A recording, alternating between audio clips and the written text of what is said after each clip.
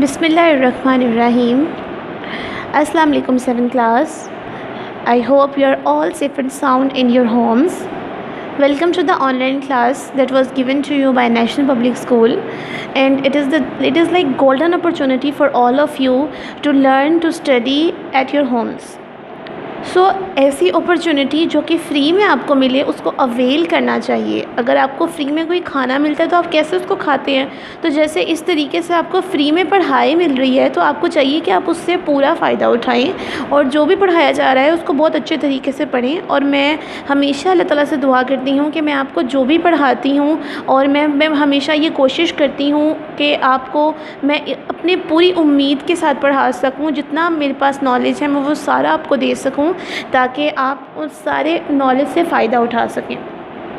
So 7th class, as you all know that we have complete our reading of lesson number 1, words meaning, words and tenses, question answers, all of these things are going to be complete. Now it's going to do exercise of lesson number 1. So all of you have to open your books, lesson number 1 exercise. Here it is like this. So this is like fill in the blanks with suitable words given below. Basically ये जो fill in the blanks हैं ये आपकी इस lesson के अंदर से ही दी गई हैं, तो आपने इनको suitable words के साथ fill करना है.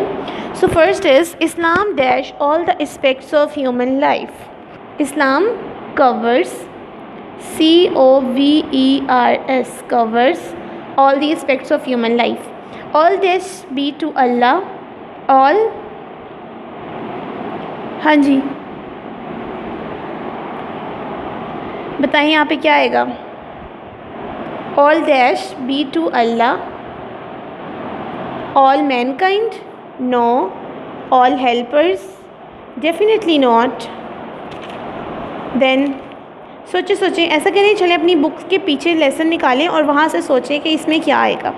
सर्च करें, टाइम दे रही हूँ मैं आपको सर्च करने का. सर्च करके मुझे बताएं कि यहाँ पे क्या आएगा.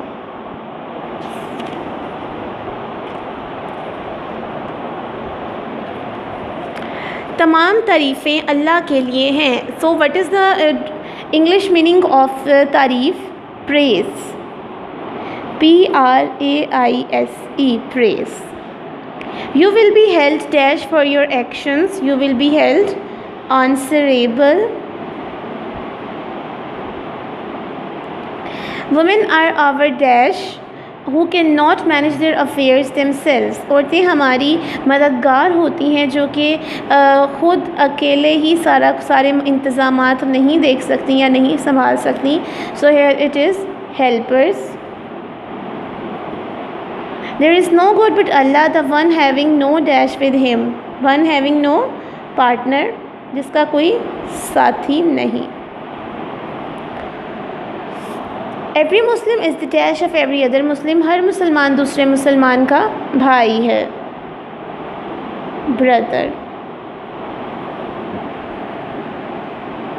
Turn next page.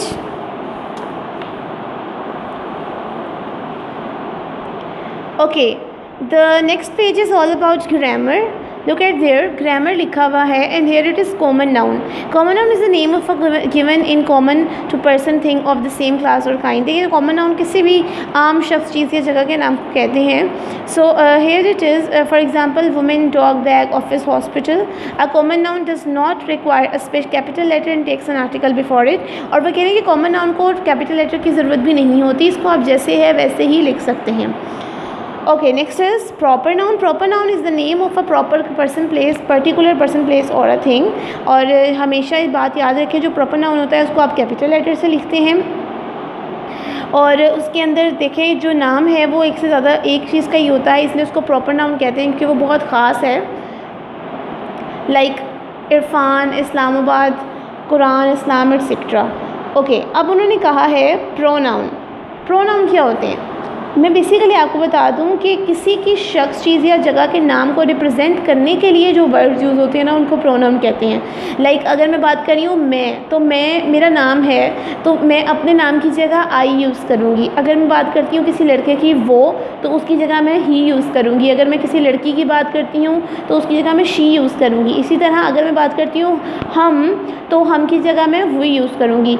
सो लिखा हुआ है the pronoun is word used instead of a noun, जो कि नाउन और उस किसी भी नेम की रेपिटेशन को ख़त्म करने के लिए इस्तेमाल किया जाता है। The personal pronoun, personal pronoun सब कौन से होते हैं? जो कि हम अपने लिए यूज़ करते हैं। लाइक हम, तो वो, लड़का है, लड़की है, या तो ज़्यादा लोग हैं तो दे, इस तरह I, it, you, he, she, they, we etcetera pronouns can be used as the subject as well as object. इनको आप सब्जेक्ट और ऑब्जेक्ट दोनों तरीक़ों से यूज़ किया जा सकता है। एग्जाम्पल देख लेते हैं। Salim and Ajmal are neighbours. देखें दोनों नेम हैं और ये दो लोग हैं, तो हम यहाँ पर एक होता तो ही लगाते हैं, ये दो लोग हैं तो हम दे लगा रहे हैं। They are fast friends, everybody knows them. ठीक है, एक तो दे, ये भी पर्सनल प्रोनाउन है, देम ये भी पोजेसिव प्रोनाउन है। तो ये जो दोनों चीज़ें आ जाती हैं ना, ये दोनों प्रोनाउंस हैं। उन्होंने कहा है read the following and underline the pronounce. हमने प्रोनाउंस को अंडरलाइन करना है। ही सल्लल्लाहु अलैहि वसल्लम delivered his last sermon on 9th Zulhaj 10 age। So first of all he is a pronoun and delivered his, दोनों pronoun. He is again pronoun.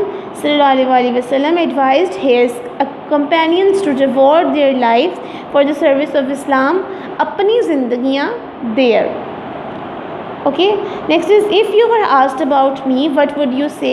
If you is a pronoun. If you were asked about me, what would you say? You. ठीक. Then all praise is due to Allah, so we praise Him. We praise Him. Verily you will soon meet your Lord, your and you. So ये जितने भी मैंने आपको बताए हैं ये सारे प्रोनाउन हैं जो कि हमने अंडरलाइन कर चुके हैं। नेक्स्ट पे आ जाएं। Read each sentence. कह रहे हैं कि हर सेंटेंस को रीड आउट करें and circle the pronoun. Pronouns को सर्कल करना है। In the second sentence underline the noun और noun first sentence that the pronoun replaces. अच्छा जी, जो नाउन रिप्लेस करके सेकेंड सेंटेंस में उन्होंने लिखा है उसको आपने सेकेंड सेंटेंस में सर्कल करना है और फर्स्ट सेंटेंस में उस नाउन को अंडरलाइन करना है। जैसे कि फर्स्ट है the hearing aid is use for hearing. Hearing aid को उन्होंने चेंज करके इट लगा दिया, it is use for hearing. So इसी तरह आगे चलते जाते हैं। बीज कलेक्ट पॉलन। तो नाउन क्या है? बीज। इसको यहाँ पे अंडरलाइन कर देंगे। दे कलेक्ट पॉलन, तो दे को सर्कल कर देंगे। समझ आ चुकी है ना आपको? हाँ जी। आगे देख लेते हैं। Mother and father went to the market, they went to the market. So mother and father इनको अंडरलाइन कर लेते हैं क्योंकि ये नाउन है एंड दे आ गया हमारे पास pronoun. Sabiha went home and she went home. Sabiha is a noun, so we have circled it over here. Books and magazines were piled on the table. They were piled on the table. So books and magazines are noun and they pronoun. Adnan ran in the race. He ran in the race. Adnan is a noun and he is a pronoun. So after this is regular and irregular verb. देखिए basically regular verbs वो होते हैं, आम ज़ुबान में अगर मैं आपको समझाऊं तो फॉर्म ऑफ वर्ब 3 तरह की होती हैं। तो जो वर्ब, वो वाले वर्ब्स जिनके लास्ट पे ईडी आता है वो रेगुलर वर्ब्स होते हैं, और वो वाले वर्ब्स जिनके लास्ट पे ईडी नहीं आता, पहले तो वो फर्स्ट फॉर्म ऑफ वर्ब भी हो जाती है और सेकेंड और थर्ड फॉर्म में जहाँ पे ईडी नहीं आता वो वाले इरेगुलर वर्ब्स होते हैं। ठीक है जी, लिखा हुआ है a regular verb is the one that follows the pattern of the taking ED for the simple past and past participle forms. ठीक है जी, ईडी ज़्यादातर आता है पास्ट और पास्ट पार्टिसिपल फॉर्म्स में, और इरेगुलर वर्ब में वो कह रहे हैं कि does not ED ending for the simple past and past participle forms, कि वो यहाँ पर नहीं आता, उसमें ईडी नहीं यूज़ होता। ठीक है जी, अब लिखा हुआ है identify regular and irregular verbs from the following. Identify करने हम क्या करते हैं कि जिनके एंड पे रेगुलर वो वाले वर्ड्स लिखते हैं जिनके एंड पे ईडी आता है। ठीक है जी, उनके ऊपर हम लिख देंगे, जिनके एंड पे ईडी आता है उनको हम उनके ऊपर आर लिख देंगे, और जिनके एंड पे ईडी नहीं आता उनके ऊपर आई लिख देंगे। ठीक है। अब रन है, रन की सेकेंड और थर्ड फॉर्म होती है रैन, रन। तो ईडी नहीं आता किसी भी फॉर्म में, तो ये इरेगुलर हुई, यहाँ पे आई आ जाएगा। ऐड की सेकेंड और थर्ड फॉर्म एडेड और एडेड होती है, इसलिए ये रेगुलर। गो की सेकेंड और थर्ड फॉर्म वेंट, गोन होती है, इसीलिए ये इरेगुलर। प्रे की सेकेंड और थर्ड फॉर्म प्रेड होती है, इसीलिए ये रेगुलर। लाइटेड सेकेंड और थर्ड फॉर्म ईडी के साथ होती है एंड, तो इसलिए ये regular. Delayed again regular. Tied regular. Fly, flew, flown irregular. मेंडेड